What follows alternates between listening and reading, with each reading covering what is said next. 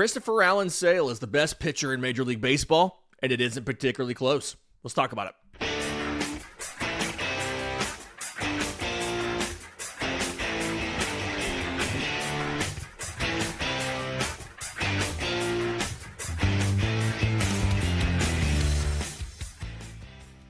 Yes, welcome on into Braves Today, a production of the Believe Podcast Network and presented to you by FanDuel. I'm your host, Lindsey Crosby, author of the Braves Today newsletter over at bravestoday.com. A little bit later in the show, we're going to preview the Colorado Rockies for what's that's worth, the pitching matchups, and I think probably a little bit more focus on expectations and what this series can do for Atlanta in light of the upcoming schedule after it. More so maybe than a super deep dive into who Colorado is and what they do.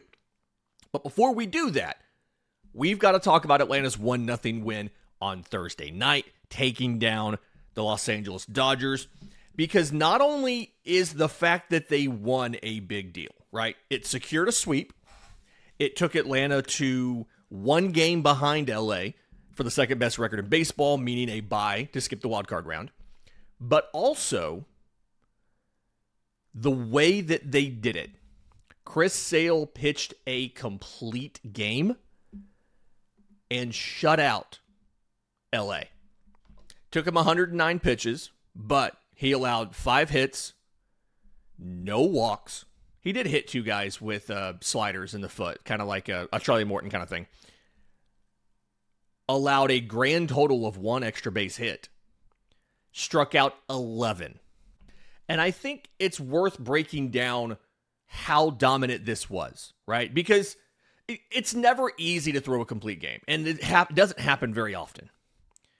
But the way that Chris Sale did this showed you literally every single thing you could want from your starting pitcher, and is the reason why I called him the best pitcher in baseball. First, he showed the ability to miss bats. He had 20 whiffs. He had a 39% CSW. I mean, just about 40% of his pitches were either a swinging strike or a called strike. And when you look at the breakdown of the 109 pitches, 80 of them were strikes. Just absolutely wild. But part of the reason that he was so successful and so able to miss bats, yes, the slider is awesome, but it was his ability to get ahead of the batters he faced. This is an issue we talked about A.J. Smith-Shawver was dealing with the other day, right? Chris Sale faced 34 batters last night. 7 over the minimum. He got first pitch strikes to 26 of them. And I think there was only one batter, I believe it was Mookie Betts in the 8th inning. Only one batter that got to a 3-ball count. Or maybe that was just get to a 3-0 count. Either way, point is, he was virtually always ahead of them. And so that opens up a lot more stuff for your, for you to do on the mound to win the at-bat. He showed elite stuff. 3rd inning, facing Shohei Ohtani for the second time, he reaches back and got 100.1 on a fastball as part of a strikeout of Shohei Ohtani. And that was the 7th hardest pitch of his career. It was the first time he's broken 100 miles an hour since July of 2018. He later, when he faced Shohei Ohtani later in the game, threw 99.5, which was, I think, top 5 for hardest pitches of the season for him. And his final pitch of the game, pitch number 109, was a 98.6 mile an hour fastball.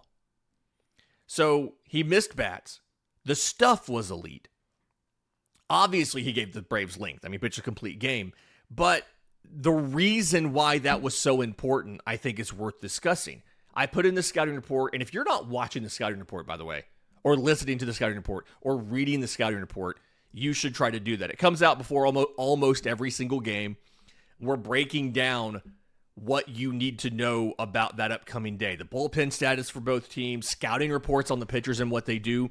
Yesterday, the 2 things that we talked about for Yoshinobu Yamamoto, shameless plug here, was he is willing to throw the splitter into the zone for strikes, which is different from a lot of splitter guys, right? A lot of splitter guys are you get ahead with fastballs or whatever, and then you throw splitters for chase. We pointed out Yamamoto's throwing like 45% strikes with the splitter because he'll use it early in the count and even when he's behind to get strikes. And he's vulnerable in the first inning. 3.663 OPS allowed in the first inning. Very first pitch of the game, splitter in the zone to Drake Baldwin, who hits it for a home run. It's the only run of the game. So if you're not listening or reading the scouting report, you should probably do that. But we talked in there about how the bullpen was essentially dead. Victor Medeiros had thrown almost 40 pitches on a back-to-back. Didier Fuentes threw 36 on Wednesday, so he was down. Dylan Lee was coming off a back-to-back. Dylan Dodd was coming off a back-to-back. Ray Kerr had warmed up twice on Wednesday and never got into the game. And so you probably had Raisel Iglesias, a little bit of stuff from Ray Kerr, and Brent Suter, and that was it. Especially because Walt Weiss said that Grant Holmes is the starter today. So he probably wasn't going to get moved to the pen to get used if they needed length. And Walt Weiss is like, that's fine. I'm sorry. Chris Sale was like, that's fine. I'm just going to pitch a complete game shutout. And after the game, Sale acknowledged that he felt like he needed to do that. Quote, our bullpen's done just an unbelievable job this year. They've picked up slack when we've needed them to, and they've shut the door time and again. Anytime us as starters can give them a day off, it's huge. So there you go. He also showed contact management. And contact management's kind of been the story of Atlanta's pitching staff on the whole this year, right? They're not always missing bats, but they're doing a good job of minimizing the exit velocities, keeping balls on the ground, all that kind of stuff. Sale did that last night too. 21 balls were put into play off of him. 5 of them were hard hit. And the overall exit velocity he allowed was 86.5 miles an hour. Now, I believe he had the same number of flyouts as groundouts. He wasn't getting elite nothing but balls on the ground, but he wasn't just getting blasted around the yard and getting lucky on this. Most of his flyouts, with the exception of one at 96 and one, I think, at 101, most of his flyouts were softly hit balls. Pop out at 67. Fly ball 73 miles an hour, 81, 83, 90. He was not getting hit really hard when they were making decent contact. He had a couple lineouts, 85, 90. The singles he gave up, 92, 83, and 91. The 4 of the 5 hits that he allowed, you could argue they were all kind of fluky. Mookie Betts' double was 73 miles an hour. Expected batting average of 200.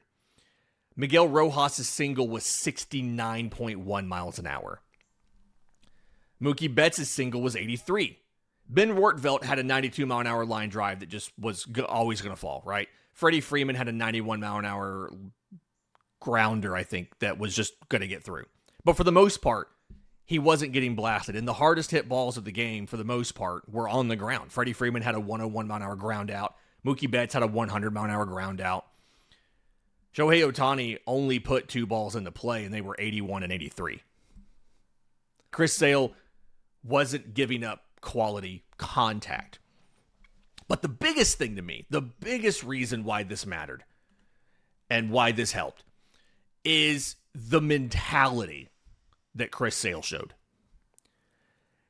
He acknowledged that he knew the bullpen was worn down. And he also had a personal situation going on. They lost a family friend earlier in the day.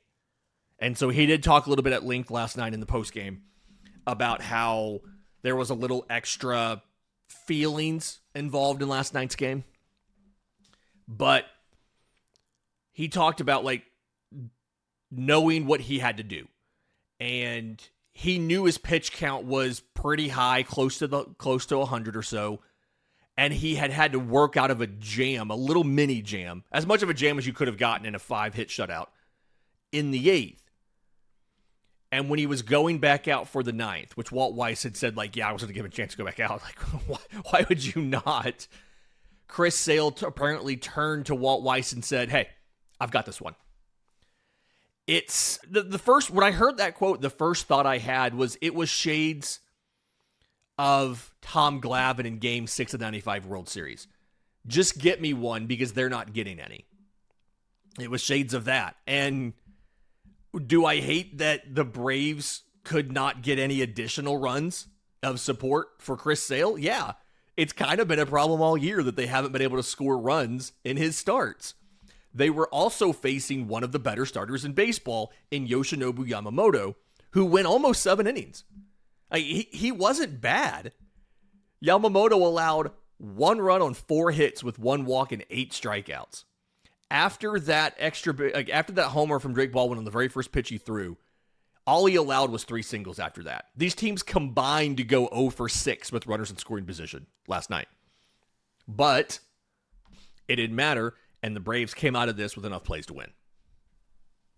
And in just a minute, let's talk about the lineup changes last night, and let's talk about the series as a whole and what this sweep did. We'll do that next, right here on Braves Today. Drake Baldwin was the offensive hero of the game last night, right? He got the leadoff home run to put Atlanta up 1-0, and that was the final margin.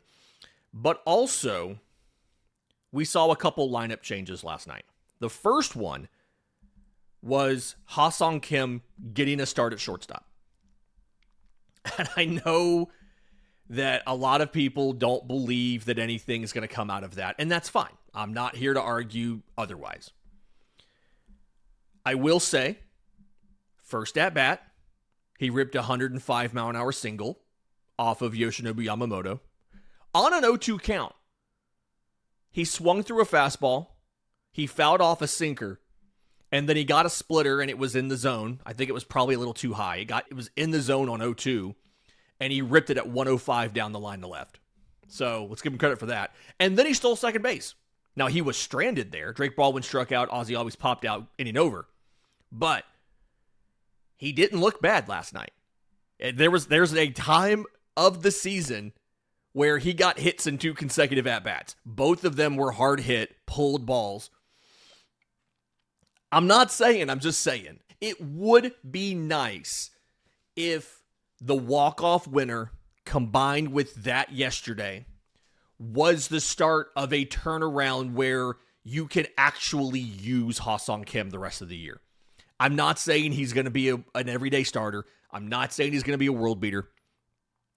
But we heard a lot of comments on Wednesday night. I think it was Drake Baldwin and Walt Weiss. We heard more comments last night from Chris Sale talking about Ha-Seong Kim, about how hard he has worked behind the scenes trying to, 1, get right, but 2, be ready if they need him.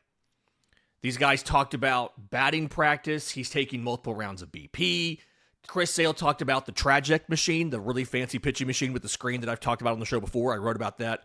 I think it was during spring training, maybe, that it can replicate any specific pitcher, right? It can replicate like the exact arsenals. You see the video on the front of the screen of the pitcher pitching, the ball's release point and release timing and everything is synced up with the video. So you can, in essence, get live ABs against any pitcher in the league. Chris Sale said that Kim by himself has practically paid for that entire machine as far as getting use out of it for Atlanta. Those things are expensive. Those things are incredibly expensive. And they've talked and talked. We've now heard from 3 different guys about how much work Ha-Seong Kim has put in. I know he hasn't produced on the year.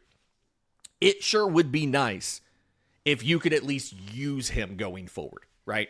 If you could give him starts at shortstop if you needed to.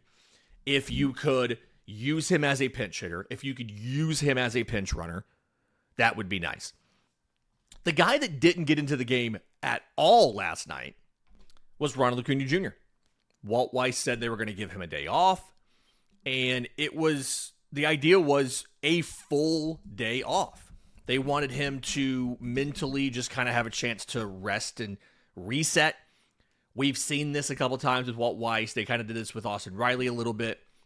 This was something where Weiss said that he's been fighting through a slump. And they've seen it start to manifest a little bit in things like chase rates and things like that. And I wrote about this in detail for the newsletter. On the season, his chase rate, his whiff rates are roughly the same as they were previous years. But recently, the chase rate has gone up because he's been pressing at the plate, trying to make something happen. And we've seen a couple defensive, you can call them miscues, call them whatever you want to call them. We had the thing with Ohtani in the outfield.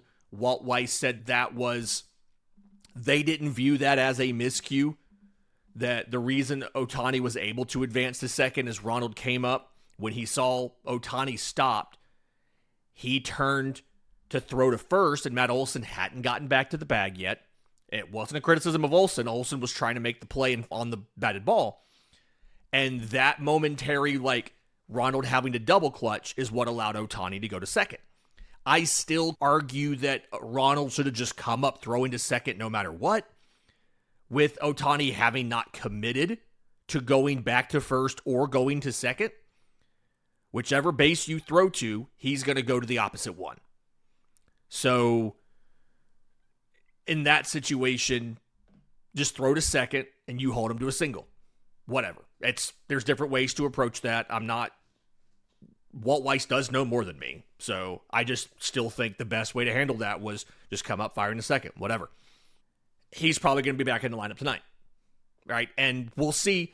They indicated they want to use Sean Murphy in that role that he had where he started 3 straight games. Baldwin was the DH, and that would put Ronald in right, and that would put Dubon at short. That's probably the lineup you're going to see come back for 2 of the 3 games this weekend. But Ronald's going to be part of that. He was given a day off, and they mentioned single game. They're not looking for this to be an extended absence or anything like that. So they were able to reward Ha-Seong Kim with the start because Ronald was going to be on the bench, which that allowed Yastrzemski to go to right. That allowed Dubon to go to left. And then I think overall, though, outside of the other specifics of this game, the series as a whole should give us a little bit more belief about this team. I first half of yesterday's show, I kind of went on about the people who just wrote them off as being terrible. And, said, hey, you're very clearly wrong. And I want to be clear, because people asked me about this yesterday. Me talking about, after the Brewers series, about how they weren't able to do the little things and they weren't able to find ways to win. If they continued not being able to do the little things and making dumb offensive mistakes, they wouldn't go far in the postseason. That's a specific criticism of a specific deficiency. Yesterday, I was addressing the people who just blanket say the Braves suck. They're going to get swept in the first round. They're not going to advance. Right? That's not rooted in any sort of fact. And being presented as a belief is the thing that frustrated me. And I think at the same time now, you can look at this Dodgers series. You swept the Dodgers. You went 5-1 against the 2-time defending World Series champions that have a roster full of former MVPs and MVP caliber talents and Cy Young caliber talents and former Cy Young winners. And Blake Snell and Tarek Skubal together have 4 Cy Youngs. And Atlanta beat them 5-1. And at the end of the day, I think this series is a big deal. It's going to be difficult for Atlanta to beat or to catch the Dodgers for the number 2 seed in the National League. The Braves are 79-55. They're 1 game behind LA. They hold the tiebreaker. They don't have to have a better record than LA. They just have to have the same record as LA. That being said, it is very improbable that the Braves are able to catch up to Los Angeles simply because, just like how a lot of other things end up being slanted towards the Dodgers, and they have a lot of advantages, whether it's the extra pitcher because of the Ohtani rule, whether it's the advantageous TV deal, all of the other stuff that's going on in their favor. They also happen to have the 28th hardest strength of schedule down the stretch. They're the winning percentage of their remaining opponents is .470. They have 3 against the Padres, 3 against the Marlins, and those are considered to be the toughest matchups that they have left. They also get 6 against the Giants, 7 against the Reds, 3 against the Cardinals, 3 against the Tigers, 3 against the Nationals. Atlanta, by comparison, has the 10th hardest strength of schedule remaining. Atlanta also gets to face the Reds for 3, and the Nationals for 2, and the Giants for 1, and they get the Rockies this weekend for 3.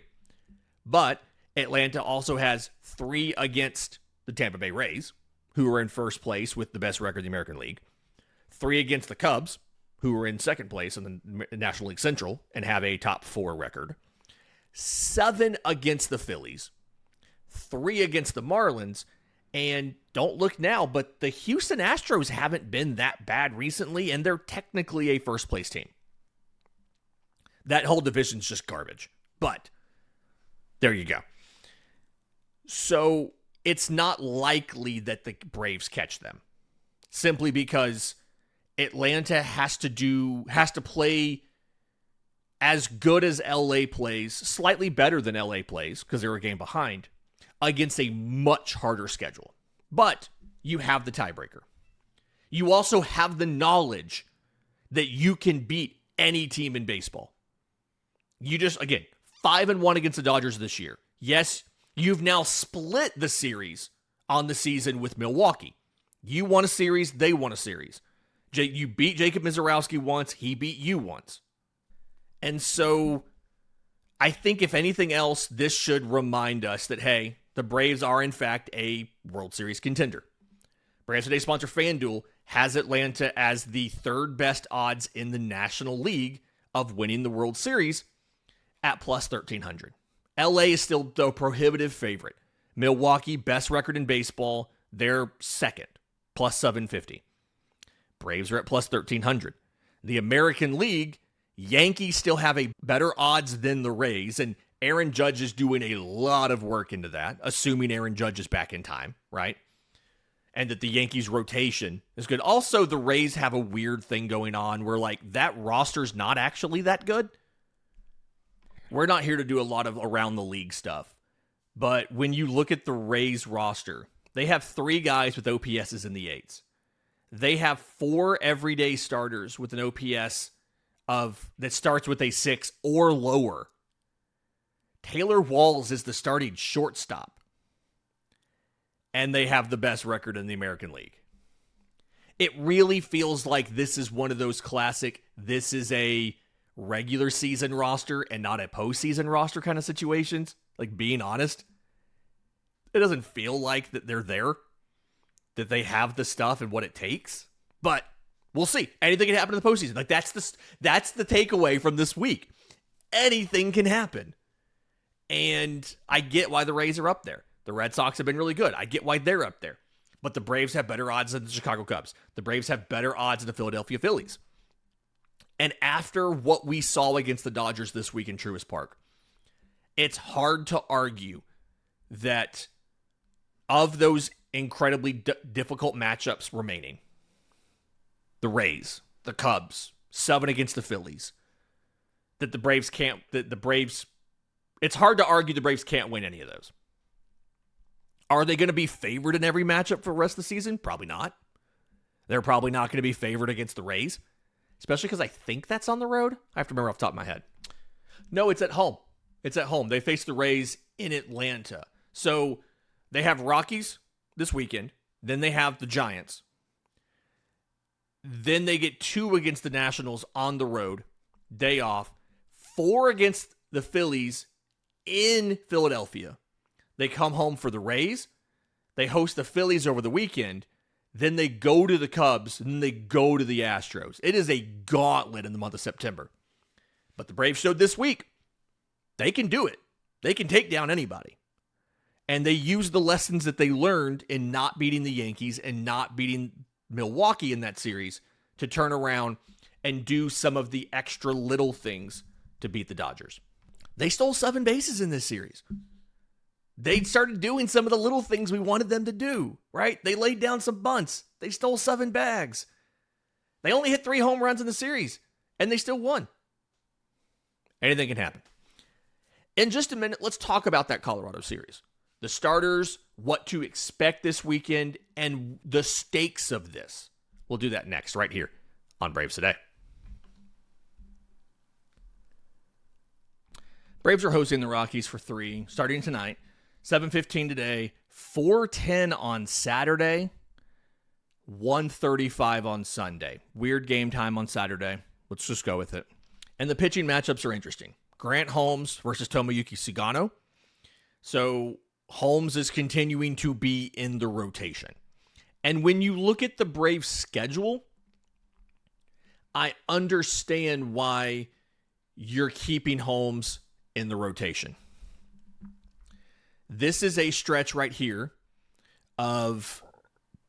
this is game 4 tonight, of 9 consecutive games before an off day. Your next off day is after the 2-game series in Washington to start September. Then after that, you play 13 straight games before an off day. You get the Phillies for 4. You get, then you come home for a 6-game homestand. Then you go to Chicago to play the Cubs, and none of those are day games. Wrigley likes their day games. They're all 7:40 p.m. starts. And then your next off day is Thursday the 17th. So what Atlanta has done dovetails nicely with what Jeremy Hefner likes to do. They've put a bunch of guys in the bullpen that you feel comfortable asking them to throw multiple innings. Ray Kerr can throw multiple innings. Victor Medeiros can throw multiple innings. Brent Suter can throw multiple innings. I'm sorry, they all can take length. You can get multiple innings out of Didier Fuentes and Dylan Dodd, but those 3 guys are all length options. You can use any of them for 3 innings if you need to. And Medeiros is kind of the one that they use as an alternate leverage arm too. You know, he had that big inning on Wednesday before the walk-off. So you're running a short bullpen right now. You're running 6 starters because of the schedule. But Grant Holmes gets game 1 tonight. Again, we'll break down what Holmes and Sugano do and the keys for success for them and everything on the scouting report. Usually drops around 4 p.m. because the lineups are out at that point before the 7:15 first pitch. Saturday is Martin Perez versus Ryan Feltner. Again, 4:10 p.m., weird game time there. And then Sunday is Tyler Mahle versus Mason Adams. And I don't mean to make this sound disrespectful. I watch a lot of baseball. I watch way too much baseball. I do that instead of watching other scripted or, acted content.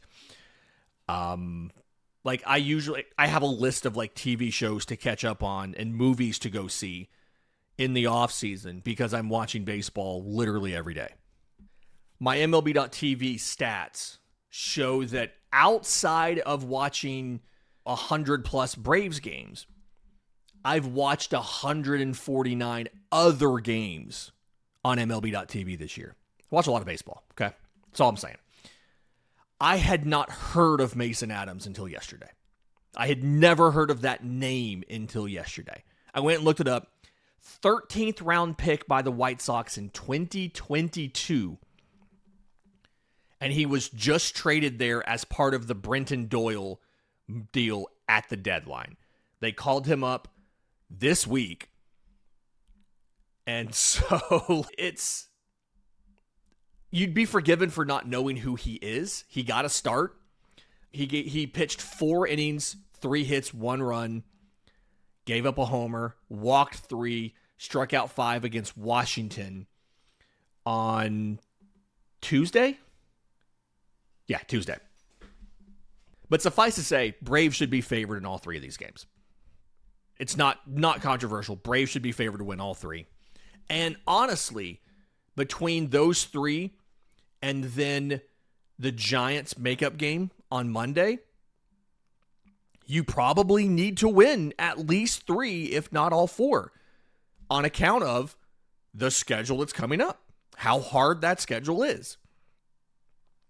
The problem here is this is very much trap game potential, right? You hear that a lot in college football. Jake made this joke on the postcast last night about a team comes off of a big matchup. They've got another big matchup the week after next. And so the next week is a little bit of a letdown when they're facing a substandard opponent and they're not ready, right? Think about like maybe Alabama versus Georgia Southern and the great quotes from Nick Saban about 10 horns and how Georgia Southern just ran through them and they could not stop it. I can't play the quote on here because there's vulgar language, but I love the way he described that whole thing, that whole situation. I can see the trap game potential, the trap series potential here, and Atlanta needs to make sure they stay locked in. There are a couple players on this team that are legitimately like, you have to be careful here. Hunter Goodman is one of the better hitting catchers in baseball this year. He just came off the IL. He's got 36 home runs. He's a legitimate power threat. Mickey Moniak, their DH, WRC plus over 100. He's got 21 homers. He's only hitting 253 with a 296 on base. But when he gets one, he gets one. His slug is like 515. The leadoff guy, for the most part, has been Jake McCarthy. You know, he's got a 107 WRC plus. He's got a low walk rate. He's hitting like 290. He's got some speed. He can 25 stolen bases. They've got guys. Center fielder Cole Carrick is a prospect they called up this year who has kind of settled in. He's hitting 265. His WRC plus is, I think it's like 105. They've got slugger TJ Rumfield at first base. The power production hasn't fully settled in. He's got like 13 home runs and a full season worth of plate appearances, but he has power. He's just still trying to convert it from line drive doubles power to home run power. But like, they've got dangerous players. Am I particularly worried about Connor Norby at second or Zach Veen in left or Ezekiel Tovar, who signed long-term at shortstop, who people wanted Atlanta to go trade for to be their new shortstop, like a change of scenery, fix him kind of thing? He's batting ninth. He's hitting 210 with a 259 on base. Kind of a rough go of it for Tovar. But like, you legitimately have to be careful with this team. You can't overlook Colorado. Their bullpen has some guys that can do some stuff, right? Jordan Romano is their closer. He's not great, but he can get it done. Jimmy Herget's one of their setup men. We know Jimmy Herget, the human glitch. We've seen him do stuff before. Like, they've got some interesting pieces. And that's the big thing for me, is you just can't overlook Colorado this weekend. Not a lot of their best players you don't have to worry about. Chase Dolander had elbow surgery in June. Kyle Freeland is down with something called cervical radiculopathy, which I think it's like a pinched nerve in the neck. I don't know. Whenever they go with these medical names, I never know for a fact. I think it's like a pinched nerve. But like, because of that, you don't have to face Kyle Freeland. You get out from having to that. They traded Victor Vodnik at the deadline. Former Brave, flamethrower. He's not there. So you've got a little bit of you're catching them at the right time, I think is what I'm saying. Senzatella, they traded him. If there's ever a good time to play a bad team, it's late in the year like this when they're kind of just going through the motions. But you got to take it seriously. You got to focus. You got to lock in. You got to do this. And, I mean, they're 52-82. You should sweep this series. It's incredibly hard to predict a sweep of any team. It's hard to beat any team 3 times. But it's a winnable series. We'll be back to break down the pitching matchups and all that. Again, the scouting report. It's a written newsletter. It's a live stream on YouTube. We pull that audio and drop it into the podcast feed as soon as we're done going live. So stay tuned for that. I feel like it's a really useful resource. I've had other people other content people, media people, whatever, tell me that it's a very useful resource for them to prepare before games so that they get a better idea of what the opposing pitcher is going to do and all of that. So don't take my word for it. Take the endorsements from professional journalists and people you see on TV and all of that stuff. In the meantime, please like the video. Please subscribe both here and at bravestoday.com. Lots of stuff. The scouting report's part of that, but lots of other stuff comes from bravestoday.com as well. So go check that out. And until next time, this has been Braves Today.